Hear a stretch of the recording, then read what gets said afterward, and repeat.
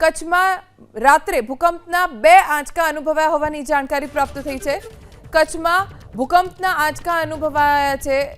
2 આંચકા રાત્રિના સમયે આવ્યા। પૂર્વ કચ્છના રાપર અને ભચાઉ નજીક ભૂકંપનો આંચકો અનુભવાયો છે।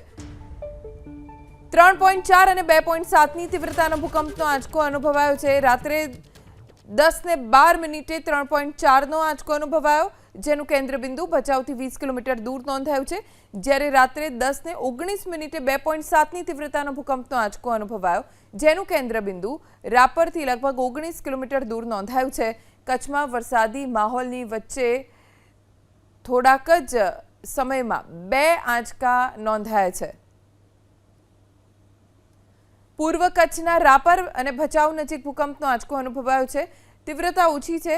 એક આંચકો જે પૂર્વ કચ્છના રાપરમાં આવ્યો તેની તીવ્રતા 3.4ની અને અન્ય જે ભચાઉ નજીક ભૂકંપનો આંચકો અનુભવાયો તેની તીવ્રતા 2.7ની હોવાની જાણકારી પ્રાપ્ત થઈ છે।